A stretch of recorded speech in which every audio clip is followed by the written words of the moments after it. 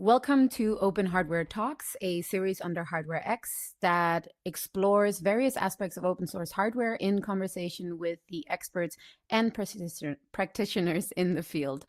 I'm your host, Miriam Gardell, and today's session is titled Who Owns Space? So in 2020, China became the second country in the world to plant a flag on the moon. And this got me thinking, who gets to lay claim to space? So in recent time, we're seeing a growing number of private actors venturing into space, taking part in space exploration and research, whether it's sending up their own satellites or even celebrities into orbit.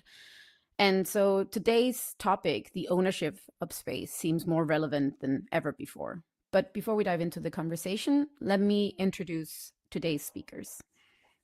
So first of all, with us we have Pen-Yuan Hsing, who's a postdoctoral researcher dedicated to understanding and improving research culture. He's also a longtime advocate in open research and open source tech communities, such as the Gathering for Open Science Hardware, or GOSH, and the Open Science Hardware Foundation. And he has used his knowledge to consult, amongst others, NASA on things like open science. And Dr. Elena Cirkovic is a researcher with the Department of Law at Aarhus University in Denmark. Interactions between outer space sector and Earth's planetary boundaries is the topic of Dr. Cirkovic's most recent book, The Law of Complex Earth and Outer Space System, the Cosmo-Legal Proposal, which I think we will also hear more about today. And in addition to space, she also works on sustainable landscape design.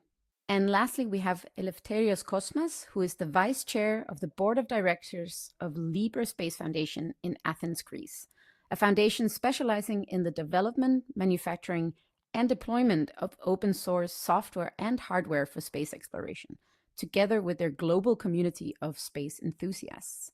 So welcome to all of you.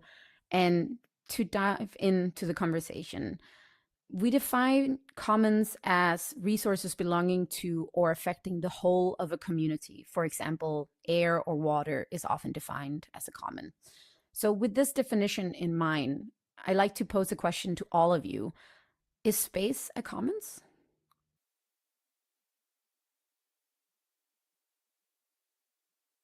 Eleftherios, go ahead. So, in my humble opinion and practice, space is a commons. Elena here will attest that many nations in the world have actually ratified the Outer Space Treaty that practically considers space as a commons for all mankind, for all humankind actually. And based on that, and inspired by that, we practice what we do using open source technologies. Especially for us as Libre Space Foundation,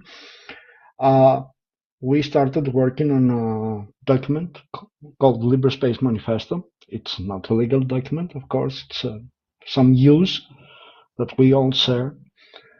That space should be a commons, and we were inspired by the Outer Space Treaty. But the thing is that space was the domain of superpowers, let's face it, of advanced industrial nations. Later it became slowly becomes the domain of super corporations, if you like.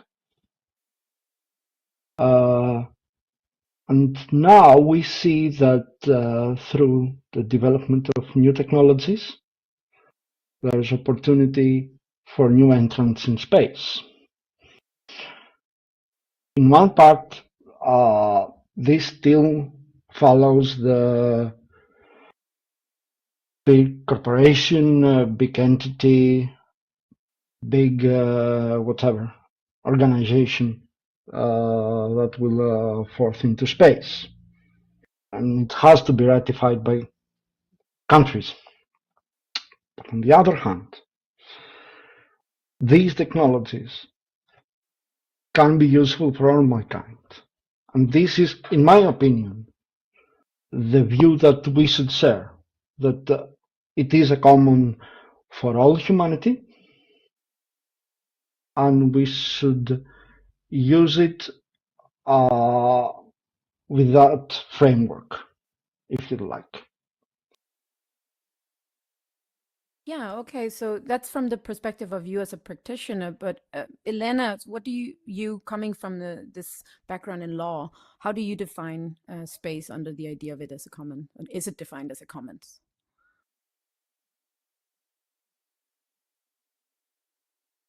Oh, you're still on mute, Elena.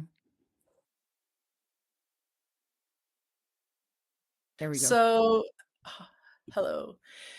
Well, I will not define it. I will just refer to the Outer Space Treaty. So, unlike the Moon Agreement, the Article 1 of Outer Space Treaty, which is most widely ratified, say specifically that outer space, including the moon and other celestial bodies, shall be free for exploration and use of all states without discrimination of any kind, on the basis of equality and in accordance with international law. So that the and in accordance with international law has been interpreted in some contexts as opening up the space of other rights and obligations of states in international law that would apply in outer space, but that is separate and lengthy discussion. And as to the ownership, I think, and even your topic of this discussion, Article 2 prohibits national appropriation. So by claim of sovereignty. So when you mentioned the flag, so you cannot appropriate territory in terms of use of occupation or any other means. So the use of outer space is permitted. Obviously, we are using outer space, but appropriation is prohibited as such at the moment in international law.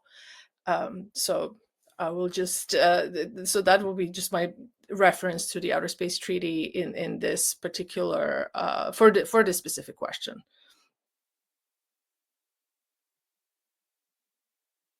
And Pen, do you have a comment to add to this?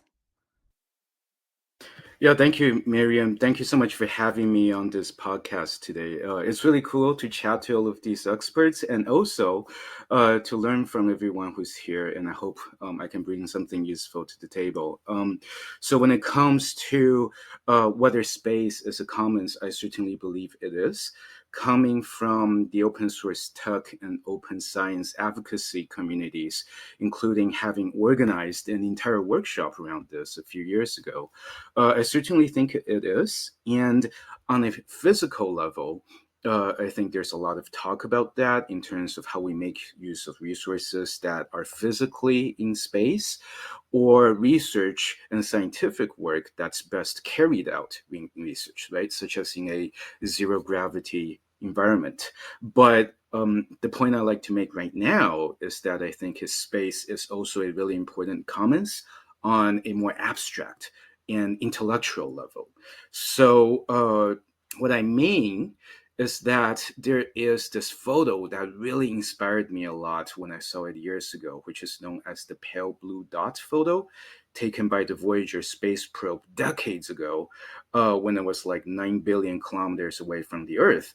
It's when its cameras back to Earth took a photo of it, and it's a huge photo with this tiny, tiny pixel of a dot in the middle of it that represents the Earth. And the very famous astronomer Carl Sagan said of the photo, and I'm going to be quoting him here, that when looking at this pale blue dot and thinking about it, it reminds us that our posturing, our imagined self-importance, and the delusion that we have some privileged position in the universe are challenged by this point of pale light, right?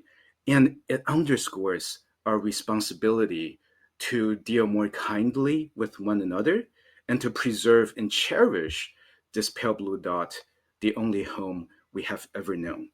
And I think this quote really describes how space exploration is a deeply humbling experience where our petty differences are nothing compared to the vastness of the universe and all the science that we can learn from it. And it is this intellectual and emotional commons that I think everyone should have a chance to share in. And that's why space is such an important commons. And with that in mind, that leads me on. So if we all agree that space is a common, an important commons on several level, in practice, it's not accessible to everyone now. Maybe we can talk a bit later about whether that's a good or a bad thing. But first and foremost, I'm interested in Eleftherios, with the Libre Space Foundation. You want to make space exploration more available for more people. And why is it not the case now? And how is open source, the technologies you work with, allowing more people to get involved with space exploration? So here's the thing. First and foremost, there are technological barriers that one has to surpass to figure out how to build a satellite, how to get data from satellite, how to decode them. These things are not something that it's a standard practice in many cases for many experts and for many people finishing up university. They won't figure out how to actually decode the satellite out of the bound. On the other hand, the technologies around space traditionally are designed through secrecy.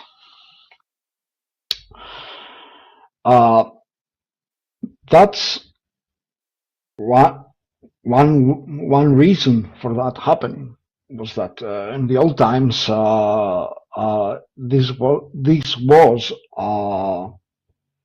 the domain the superpowers were actually struggling each other, who's gonna pit each other to an unimaginary race to space.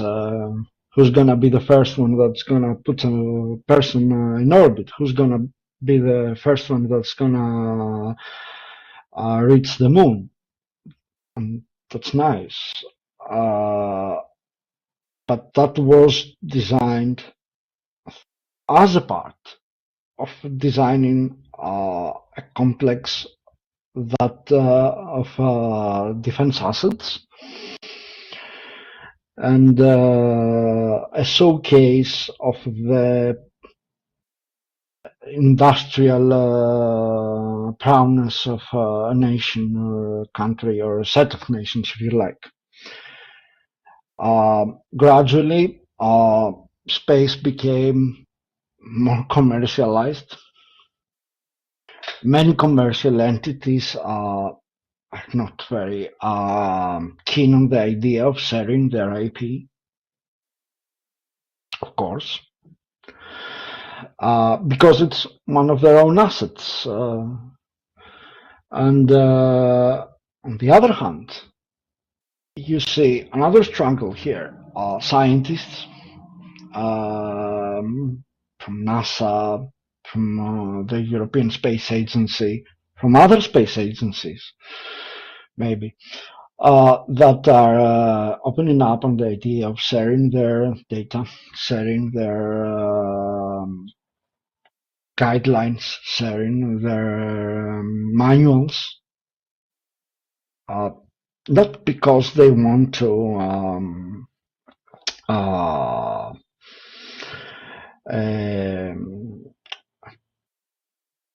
beat someone else in being the first one that did it, which is really nice sometimes, if you ask them. But the idea is sharing good practices and assisting each other on exploration and sharing scientific data to further expand our humanity's exploratory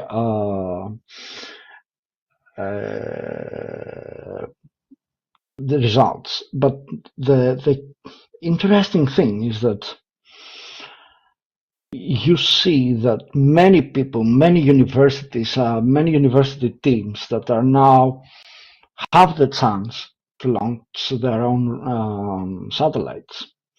Sometimes they either have to reinvent the wheel every time, because every time they have to work on a blank sheet, or, and this is usually the case, spend a truckload of money to get COTS, commercial off-the-shelf components ready and waiting for them to be used on their mission. Maybe well documented, maybe not, interestingly. And we've seen it. Libre Space Foundation has a network of ground stations. Satnux is the largest ground station network globally, and we work with many university teams all over the world. So the US, Korea, doesn't really matter. The interesting thing is that all these people are trying to build satellites, mostly CubeSats, 10 by 10 by 10 centimeter devices, while trying to figure out how they're going to build their CubeSat. Because in order for you to build something that will go to space, you have to follow standards. And these standards are strict. And in order for you to follow these standards, you have to use components that are certified for the industry, certified for vacuum. It's really important. And on the other hand, you have to actually have a well-established know-how, while you don't have easy access, okay, So, to that Eleftherios, know-how. I just want to understand. So we understand that there's a lot of barriers for people to get in, which is the technology, the cost, and the knowledge, the know-how of how to establish these things. But what Libre Space Foundation is offering is the technology, the know-how, that it's open source, right? So the satellites that your networks are building, that they basically have a blueprint that they can get into, in a community that they can get knowledge and information on, right? And so basically you've removed the black box from satellite manufacturing. Is that understood correctly? We remove a part of the barrier. Let's face it, there are other barriers too. There are institutional barriers, meaning that not all countries are the United States of America, that has a pretty set base of rules that you can go to the FCC and you'll figure it out. It's easy. Okay, it's not easy, but it's a process. Not all countries have this process, and sometimes you have to create the process in your own country. That can be a little bit more difficult, and that can be a barrier too. There are barriers in terms of access to equipment, and we are talking about equipment that is expensive, let's face it, and services, including testing. But not only that, someone will have to launch your satellite. You have to ride the rocket. And in order for you to ride the rocket, most of the time you have to pay. Unless you're Libre Space Foundation and you're saying, something, this is a test, an inaugural flight of a rocket. Can we get a free ride? But the costs are immense. Let's face it, and there are still barriers that you have to lift. It's not that, well, you have the blueprints and everyone is gonna go on their shed and build a satellite the next day, and they're gonna be launching. That's not easy. You need to coordinate with authorities, you need to coordinate with ITU, you need to coordinate with ER if you're a radio amateur, and that's a proper way to do things. We prefer to we want to document these kind of things to allow for more people to do that on their own. Yeah, sure. And we do prefer people to follow strict rules that everyone is following, because these rules are not only made to create a new barrier, they're actually made to preserve the space commons as a common, to preserve its sustainability and its use for all users. And following on from that, Pen, you've been working a lot with open science. So how is open science helping to democratize the research and exploration, in addition to what Libre Space Foundation is trying to do by documenting their processes so that more people have access to this technology? Yeah, so when talking about open science, I always like to describe it as the difference between doing science and alchemy. And this is based on a quote that I love from the author called Cory Doctorow, who once said that if you look at what alchemists used to do, for hundreds of years, they seem to have been running experiments, taking notes and trying to learn from their experiments, but they kept what they knew a secret from each other for hundreds of years. And every single one of them had to learn in the hardest possible way that drinking mercury is a bad idea. And in contrast to that, when we do scientific research, we're always building on what knowledge that came before.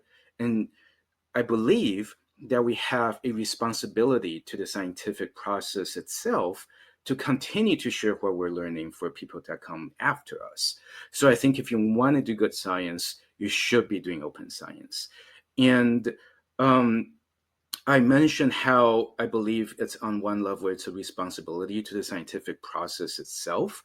But on another level, the process of sharing is so useful for reducing duplication of effort and waste that I think Eleftherios was just describing using some examples just now.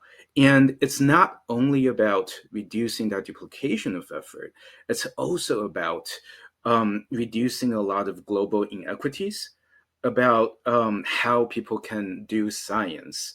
And I think it's important to realize that the physical tools with which we do scientific research makes a big difference here. And that's part of a lot of the work I did with the Gathering for Open Science Hardware and now the Open Science Hardware Foundation. And when thinking about this, right, another one of my colleagues, Julieta Avencio, she always says that when you do scientific research, you are limited by the tools that you're allowed to use, right? And if it is a closed source proprietary tool, then it is actually the tool that dictates the kind of questions that you can ask and answer. And with all of that in mind, we ran a workshop back in July 2023, about open science hardware and space research. Eleftherios was there as well, and we were able to bring together more than 24 people to talk about, among other things, answers to the question that you just asked. And I love the specific example of how developing, let's say, a completely open source satellite can reduce that duplication of effort so that individual research teams don't have to develop it from scratch. They can reuse and remix the designs to adapt it to their scientific questions. And even this example itself has helped reduce so many global inequities to space-based research, because we heard from researchers outside of the global north in the majority world, actually, right, that this is their initial step into space research. And it really helps grow the community of researchers working in space, because it also allows us to bring in a huge diversity of skills and knowledge that's needed to advance the field together as a whole. That's more difficult, in my opinion, if we worked in a very siloed way. So I think all of these are good examples of how open science practices can make space more accessible. But I want to be reminded of another aspect of this, which is that sometimes the regulatory environment do not consider the fact that we can actually make and use open source technologies for space research, or just scientific research in general. A really quick example I always love to talk about is the open flexure microscope. So this is a completely open source microscope where, using parts that's worth about $200, you can build a research grade and medical grade microscope that can rival its proprietary counterparts that might cost thousands, if not tens of thousands of dollars each. However, one problem that the developers of OpenFlexure and its users encountered was that if they wanted to use it in a medical diagnosis environment, the regulatory environment becomes difficult for them, because they need to get, for example, medical certification, right? And what happens is that the medical certification process is so onerous and only designed with huge global corporations in mind that it is very, very difficult for a smaller open source technology company to overcome. So I think there's an aspect of regulatory capture here that we need to deal with when it comes to thinking about using open science as a way to democratize not just space research, but scientific research in general. Well, with open source, there's really a possibility of lowering the barriers, increasing access to space science and explorations, and generating equity, as you mentioned. But at the same time, just to play the devil's advocate, we are also seeing an increasing number of non-state actors getting into science exploration, putting things into space. And if we imagine that we lower the barriers further, how many more people will start sending up satellites, will start doing things that might not be so good actually for the preservation of this commons, the space, and also the planet Earth as connected in the universe. So, Elena, how are these activities covered in law when we're talking sending things into space or sending people into space? Well, sending things or sending people or sending both, or all of the above. So one thing that, as I've been listening to the previous answers and discussions, that keeps coming to mind is that we shouldn't forget that at the moment, all space activities are national activities. So states are liable and responsible for instance, for these different national processes of getting licensing, registration, continuous overseeing, monitoring, and everything. All that rests with the state. If because again, you were discussing locations where there might not be same kind of capacity for launching, or there are no national space maybe there's a space agency, but there are no developed regulatory systems and so on. There have been and are ongoing partnerships, so with regional organizations like ESA or and similar. Also, universities, for instance, can partner with other universities in other countries that have this capacity.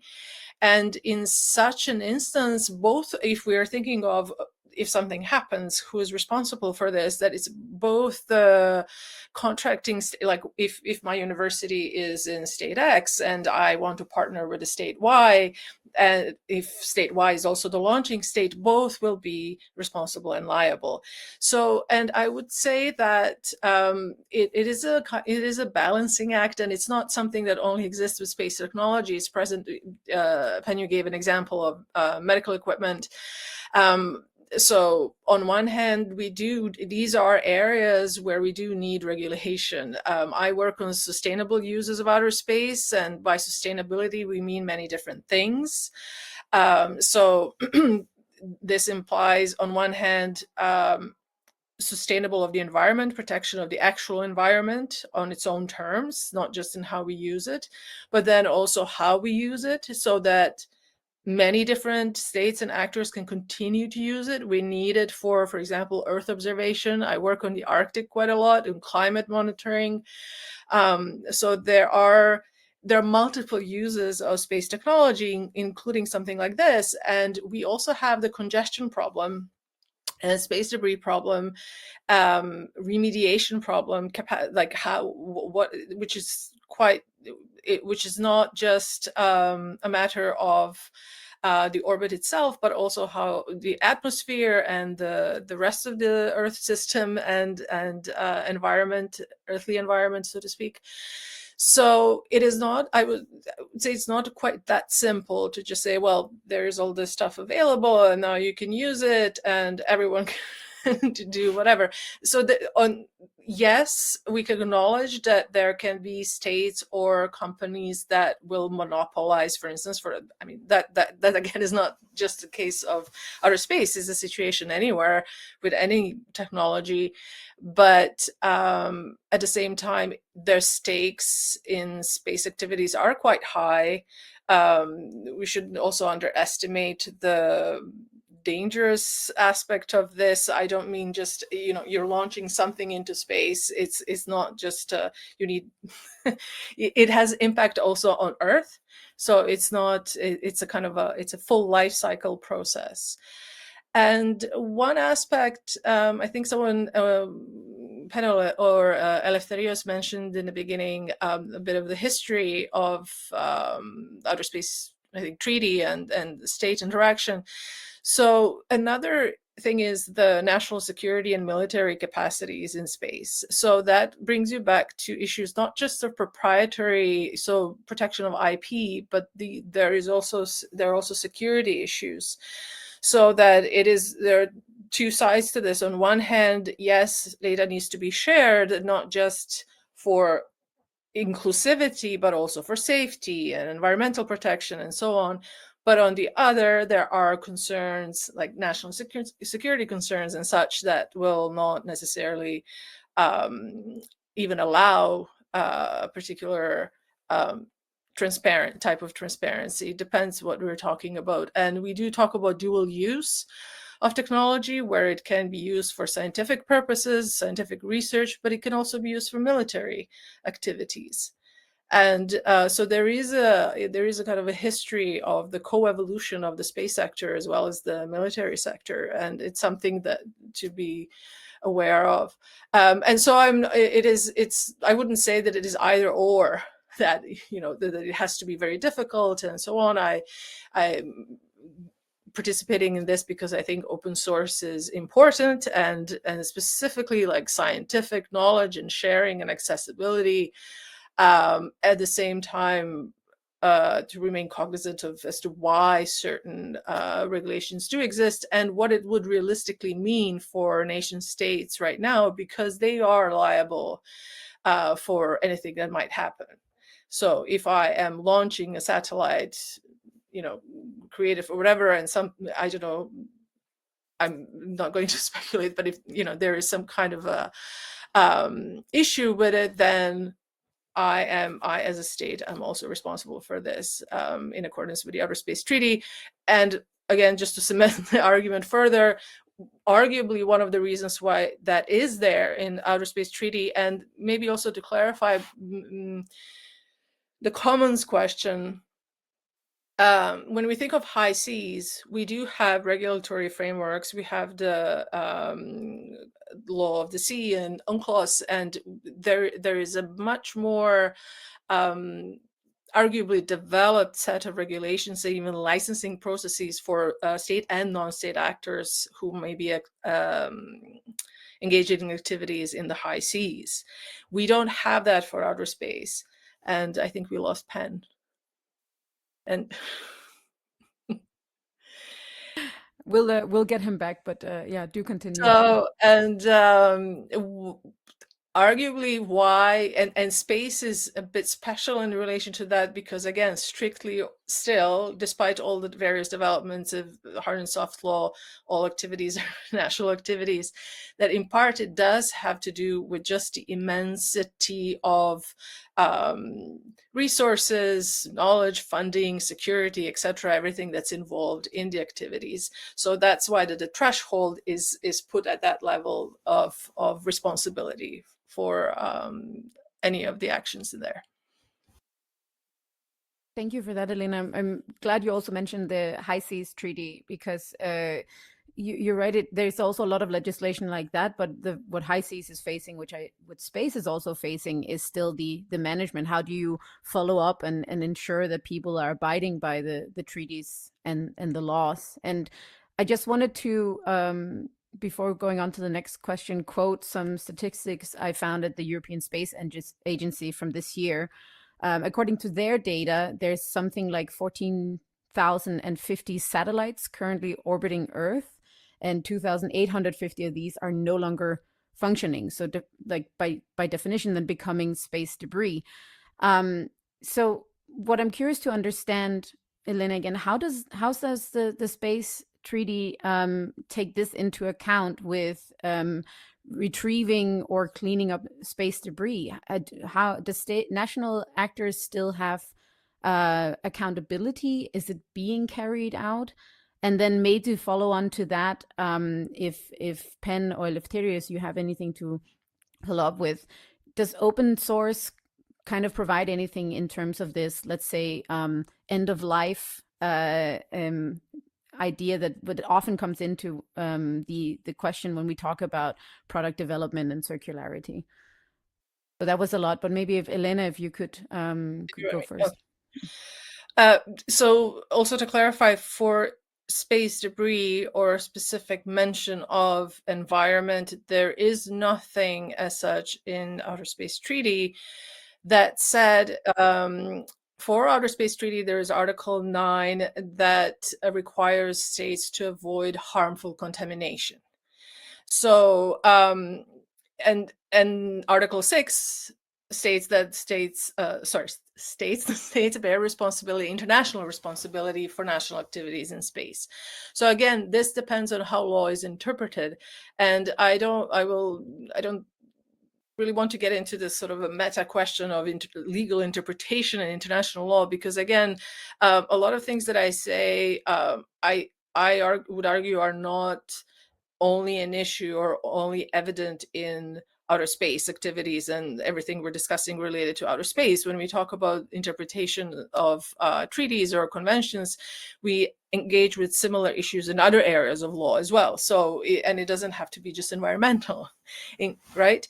So if, depending how we continue to interpret Outer Space Treaty, I have argued, and many of my colleagues have argued, that the harmful contamination and general responsibility for avoiding any kind of negative impact, so international responsibility for national activities, already creates a framework within which we can insert something like space debris issues. And then with respect to space debris specifically, there are some, we call them guidelines or standards. So developing, I wouldn't, again, there is a discussion of what is hard law versus soft law. So hard law would be treaties, binding treaty like Outer Space Treaty among 2 or more states, right? They enter into treaties and there's an agreement that there is an international law on treaties, on what governs just on treaty making and abiding by treaties. So all that applies in that case. In case of guidelines, these are more proposals, developing proposals that over time might find their way also in ongoing interpretation of national, international, etc. law, and therefore enter into the, and again, this is the kind of discussion of evolution of international law, of particular norms or principles. We have the UN Space Debris Mitigation Guidelines from 2007, the Interagency Space Debris Coordination Committee, IADC, also, and there are ISO standards, 24113. Yeah, it's, I think, from 2019. So these can be, like, the standards can be incorporated into contracts, like procurement contracts and national regulations. And then you also do have developing national law, space law, sorry, which may or may not be more explicit on environmental issues. And that is something also that is, we are kind of in flux at the moment because of what you just mentioned. There's an increased activity, increased actors engaging in these activities. So there is an ongoing development when it comes to law. European Union, for instance, was supposed to have passed, sorry, I'm losing my voice, supposed to have passed law last year, space law, EU space law, but we still haven't seen it. There have been some discussions as to why. I will leave that aside for a moment.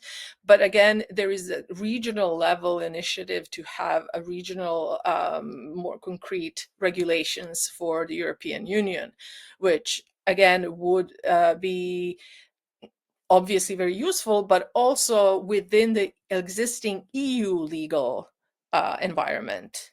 So what we may call like horizontal interpretation. So for example, if the EU has particular requirements for, let's say, reporting and transparency of companies of a certain size, then if there's a space technology related company operating in the EU, then they would fall within that framework, if you see what I mean.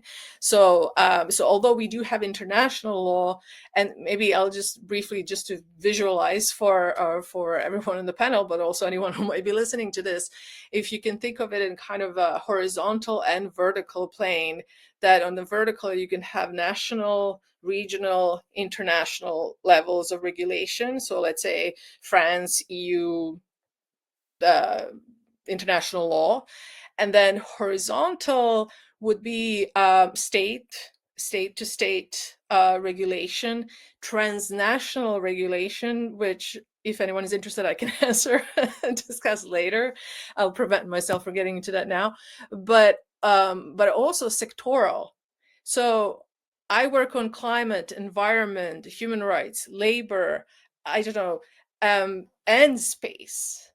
So how do you think of something, if you think of space activity and space technology, not as just something that's over up there, a rocket is sent up there or a satellite is set up there, and there's this like very highly specialized space environment and sector of actors. They employ people, they use resources, they occupy space, they engage in multiple endless contracts and subsidiaries and this and that. So all of that starts to play a part. And if we're talking about something like EU, we are now discussing what would that mean if we have a regional space law. What would that mean in the context of the EU governance as it is at the moment? So anyway, I don't remember exactly what the initial question was, what it is that I was No, commenting on. I do think you answered it very well. It's to understand that there are so many multiple layers or facets to it. So I think that made us all a little bit wiser on why also space law can be complex at times. Eleftherios, you want to add something maybe to this question? Well, I will actually add something on what Elena says. We've launched with several launch providers from the United States to France, and now we are getting ready to launch from the UK, interestingly. So we do see that there is I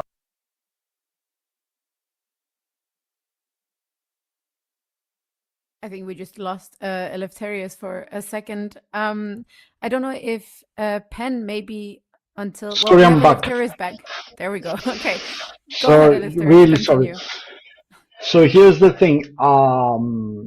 What we've seen and what we've seen in practice is that all launch providers follow a set of rules that they don't exactly have to be law. They might be a set of guidelines. So these laws, these checks that you have to do, also include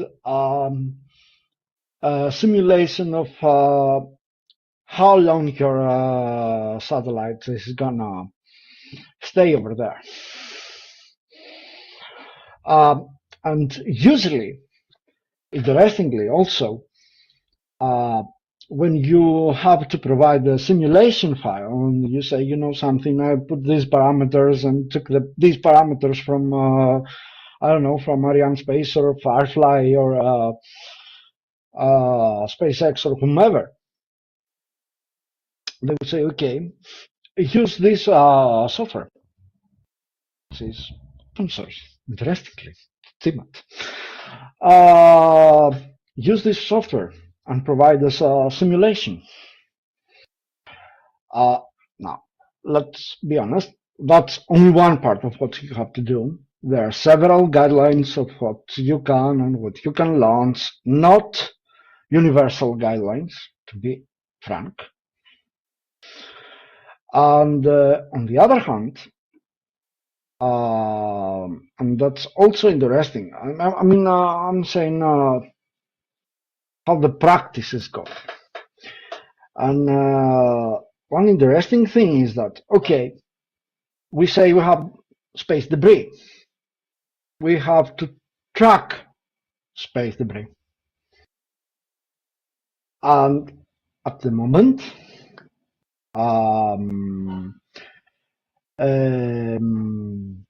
we have an interesting thing.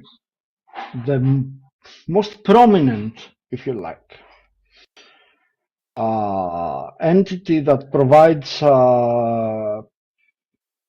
Keplerian coordinates for people to actually figure out where a satellite is or an orbital object is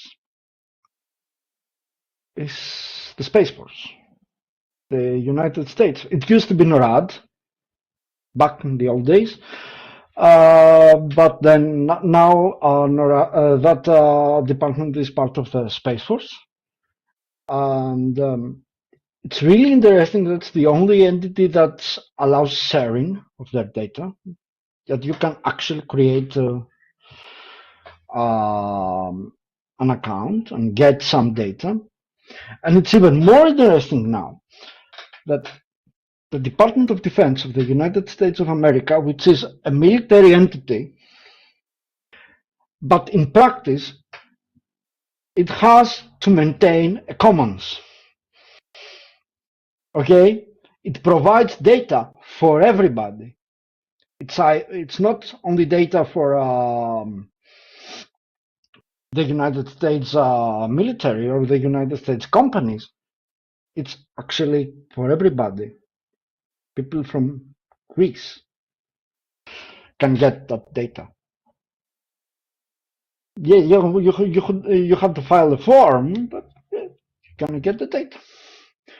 More interesting now, we actually got reached from the Department of Defense, from Space Force, and we share data with them, meaning that now we get their data, we are allowed to release this data under open source licenses, Creative Commons, and on the other hand, we provide our own data because we do have that satellite ground station network I was saying that actually does really fast identification of satellites. And sometimes localization, it's a little bit complicated. We can discuss it if you like. And we share this data to this government entity because we know that this data will be propagated to other spacefaring entities. And for me, I see that there is a slow change on how we view space and how we view our responsibility in space, which showcases that, yeah, of course, the American military has their own assets and feels a little bit awkward sharing all their data from their own assets, and they don't share their data from their military assets, of course. But they do try to be a little bit more transparent than it used to be. Having said that, there are talks and projects on creating, at first at least, a way to automatically identify and locate space objects. Libre Space, yes, is working on a protocol or a beaconing system that would do that. And since Pen will attest that protocols are nice, but you have to have an open implementation of the protocol because, well, you understand how things can be. So we also created an open hardware implementation of that beaconing protocol that was used, that was tested on board Ariane 6, launched June 2024. And what we see now is that we can do that and we can actually identify objects. The upper stage of the Ariane 6 is a very big object. You can see it with your telescope if you like. And it's tracked by everybody. It's tracked even by amateur astronomers, to be exact. And it's interesting to follow it up around. And what we see though is that the most difficult thing for us is to have a global framework of sharing this kind of data. That is difficult. That needs a lot of inter-agency work and needs a very open mind from government entities. I have to admit that government representatives of entities are really open-minded, interestingly. But it needs work, and now we are in a critical position that we are launching stuff in orbit like crazy. And big constellations are the major source of launching satellites now.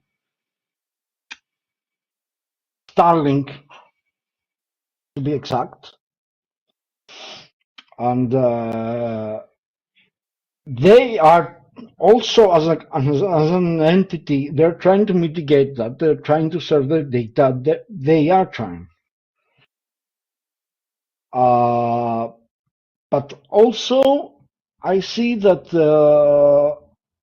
agencies have also started to think that, okay, they do try, but we should try together, meaning that we should have standards and we should have, and now there is also, last but not least, a trend in the United States of moving away from sharing this kind of data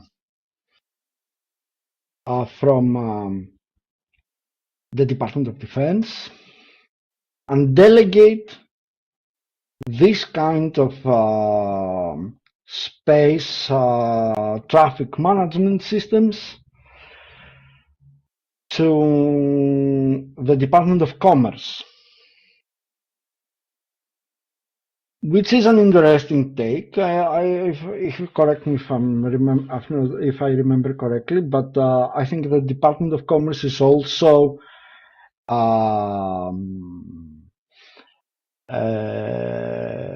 responsible for sharing data for FAA and air traffic, and you see that we have a commons, and we try to create tools and regulatory measures to track it and to figure out how we're gonna regulate it too.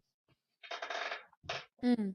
And so I think it's very interesting. You mentioned the standard that you send up with the European Space Agency together with them in Ariane 6, and so it's interesting to see that there's going movements in that direction to really track and create some protocols. Maybe not as fast as we anticipate, but it's moving there. I was curious because Eleftherios also mentioned it now about where does this data fall in the United States and who gets access to it, especially seeing with Trump and everything that's happened since he came into to power again.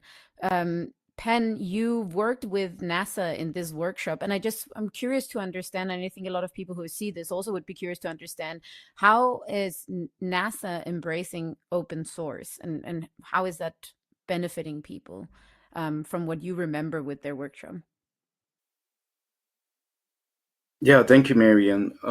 So I was very lucky to have worked with NASA for a few years in the capacity of a community advisory panel member for the NASA Transform to Open Science, also known as TOPS mission that runs for 5 years. And it was really more about open science in general and not just space-related research.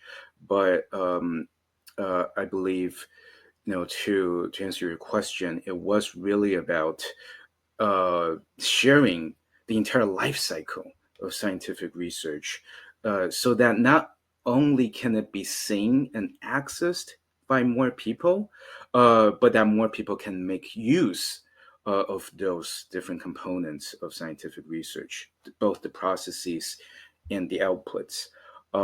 Something I'm particularly proud of that we as the advisory panel and many other people were able to help NASA create is their Open Science 101 online course that anyone can take. If you go to the NASA website, I hope it is still there, given recent developments. But I think, it is this kind of material that they create that really helps bring down a lot of those barriers. I'm not sure if this gets at your question exactly. So before I keep going, can you maybe repeat that, and I can narrow it down a little more? Yeah, so I think you've answered to a certain degree, but it was just curious to understand to what degree NASA is then working with open source. So, one thing is open science, another is data sharing. Are they sharing their data, especially considering that NASA also, as Eleftherios mentioned earlier, started as part of this, in the Cold War space race. So keeping things more closed and safe because we want to be the one who puts the man on the moon the first. Mm-hmm. So yeah, how is NASA today? Yeah, I think it has made great strides along the way, and I feel I have been so lucky to get to know people who work in NASA who are really passionate and are in leadership roles to change the way NASA works. And again, I like to zoom out a little bit and recognize how important the role they are playing is, because um, they went from what you were suggesting, a more of a Cold War mentality with a more closed off approach, to one where over the past few years they developed ways of not just sharing their research, such as the treasure troves of huge amounts of data, but also in the processes and the institutions of how science is done, because I believe NASA recognizes that they're not just people who do research, they also fund research, right? So other scientists apply for funding for NASA. And funding is a huge mechanism in scientific research that really sets the incentives. So by building in open science guidelines and expectations in the scientific funding process, I think NASA was able to exert great influence over how science is done, and I think that's a huge thing that deserves more recognition than it is getting, because as someone who conducts research and research right now, I've worked with other funding agencies in other parts of the world. I've interviewed some of them actually, who work in these leadership positions, and very often I hear talk about how important science funding is, because that really, in a very practical sense, it sends the message of how the funders expect science to be done. So I think NASA, with its stature and with its very public place in the scientific research community, um, it is really leading the way in setting those expectations and raising the bar for open science, not just in space, but everywhere. Wonderful. Thank you for that. I'm a bit wary of time, so I'd like to ask a final question, but please feel free to also follow up with other points after that. But I guess my final question, it's hard for me to ignore the fact that we have more private actors and commercial entities like Elon Musk's SpaceX, also has completed its first private space journey. We saw what was it? Several celebrities being shot into space by Jeff Bezos recently, and so personally to me, and I think for a lot of other people, there is this concern of seeing more private entities and commercial interests, mainly profit-driven interests, taking over space. So I'm curious to hear your thoughts on that, and I don't know if maybe Elena, you would like to go first. So there's maybe two brief things I would say. One is, again, legal, and that is, it would be interesting to see how this develops, because another area where many of my colleagues are actively working on and what we're discussing is that what will the dispute resolution instrument be like? How is this going to develop when it comes to space activities? And again, I am unable to say something as concrete as I could possibly for another area of law, just because we don't have as much legal activity. We have activity, but not similar kinds of precedents as we do, for instance, in cases of environmental problems on Earth.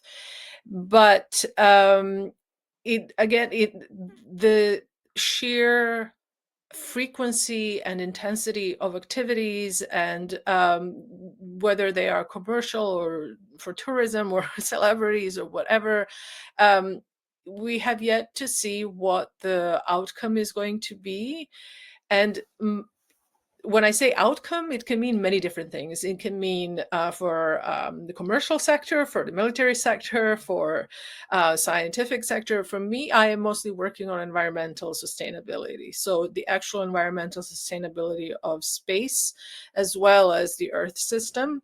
And when I say space as well as the Earth, with the obvious implication and referring to Penn's blue dot imagery that we are in outer space, so that this difference of Earth space is something also that needs to be discussed.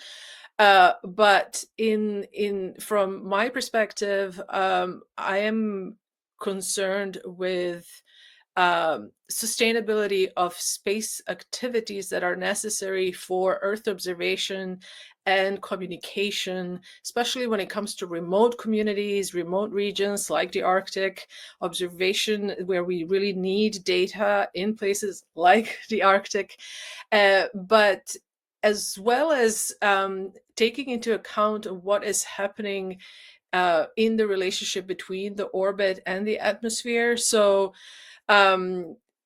I'm sure that some of you have already looked into this, but we have ongoing research and publications on sort of a two-way impact. One is, what is the impact of both launching and remediation of space objects on the atmosphere and the rest of the Earth system? So that's one.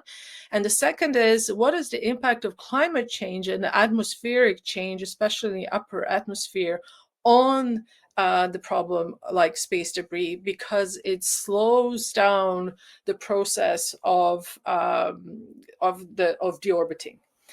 And again, so there are many publications on this to read. I will not go into it, and I'm not going to try and explain atmospheric chemistry, as that is not or physics, that not being my expertise.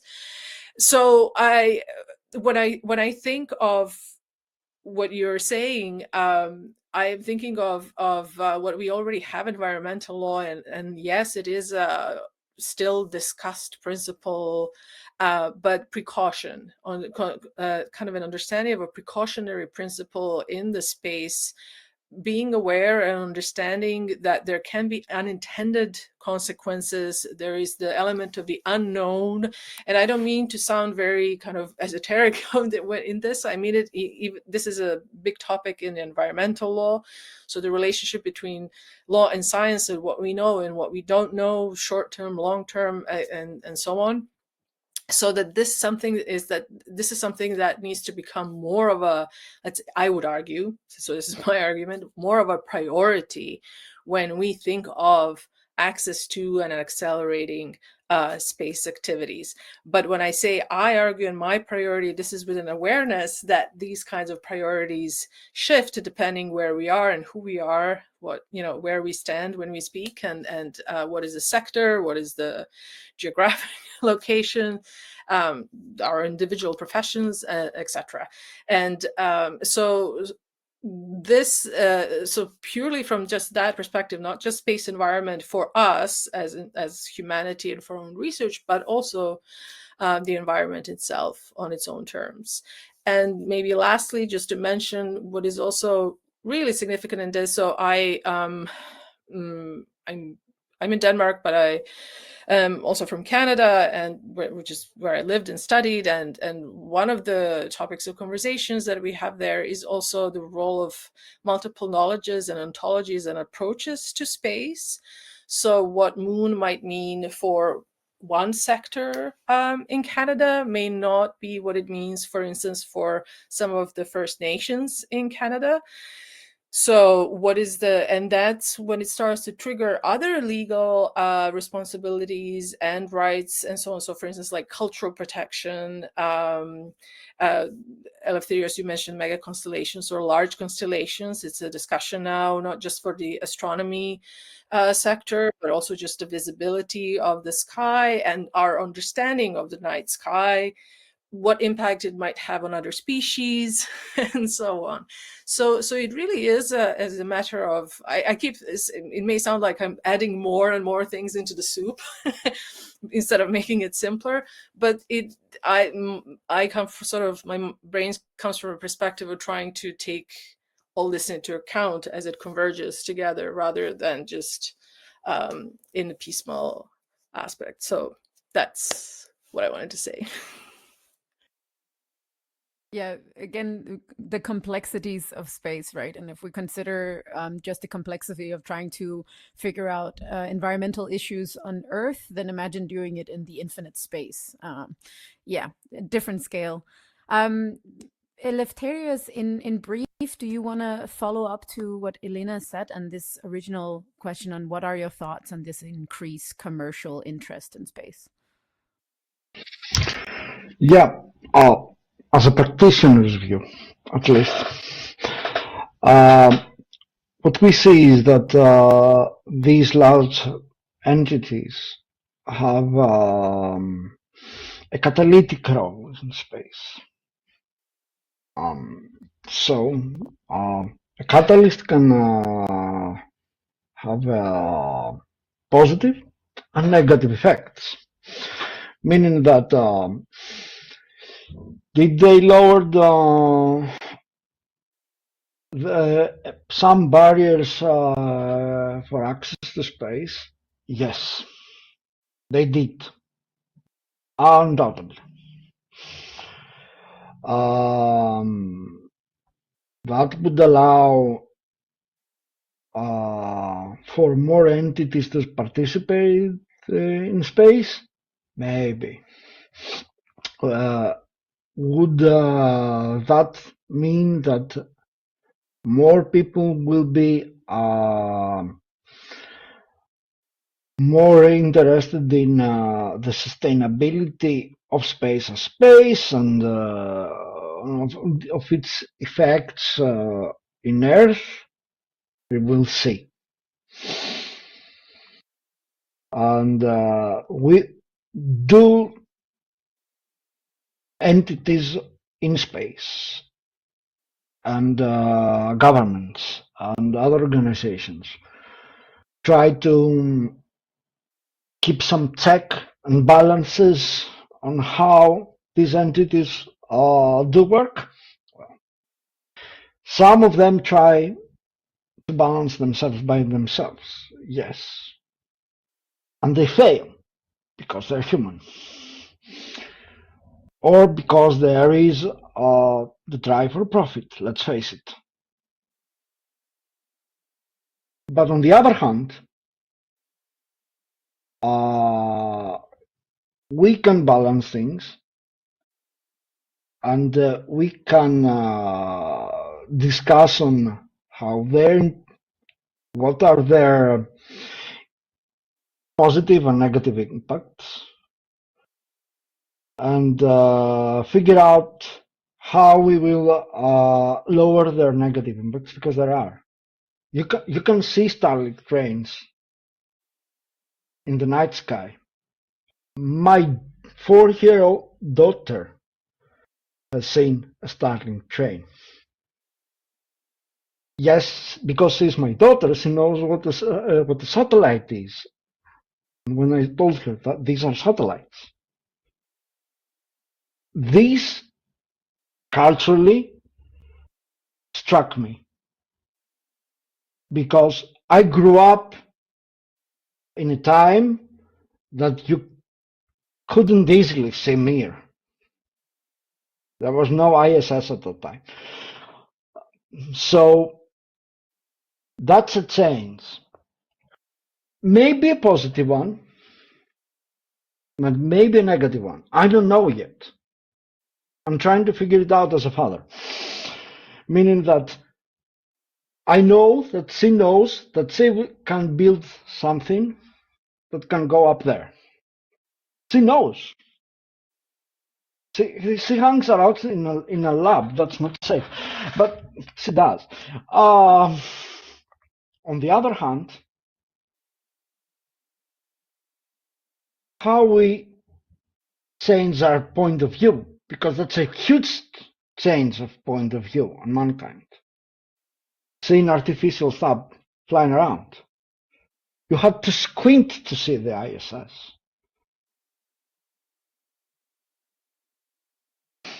I don't know. Point of view, yeah. Again, I guess also what people would call raising awareness, which is also for me why this talk is so interesting, because on average, our awareness of space and how much activity is going on there is very, very limited, right? Pen, without putting too much pressure on you, would you like to add some finishing thoughts to this question? Sure. Thank you, Miriam. So I think when it comes to the private space industry that you mentioned, on a technical level, there is certainly very impressive achievements in terms of, let's say the rocketry technology that's being developed, or in artificial satellites, and in so many other domains. And when it comes to that technical impressiveness, I think that's remarkable, and we should certainly recognize that. There's a lot of cool stuff happening. At the same time, I think there is a misconception that's not just in the space industry, but in a lot of other industries, that that there's this assumption that to be commercially successful, you have to be an alchemist and keep everything to yourself.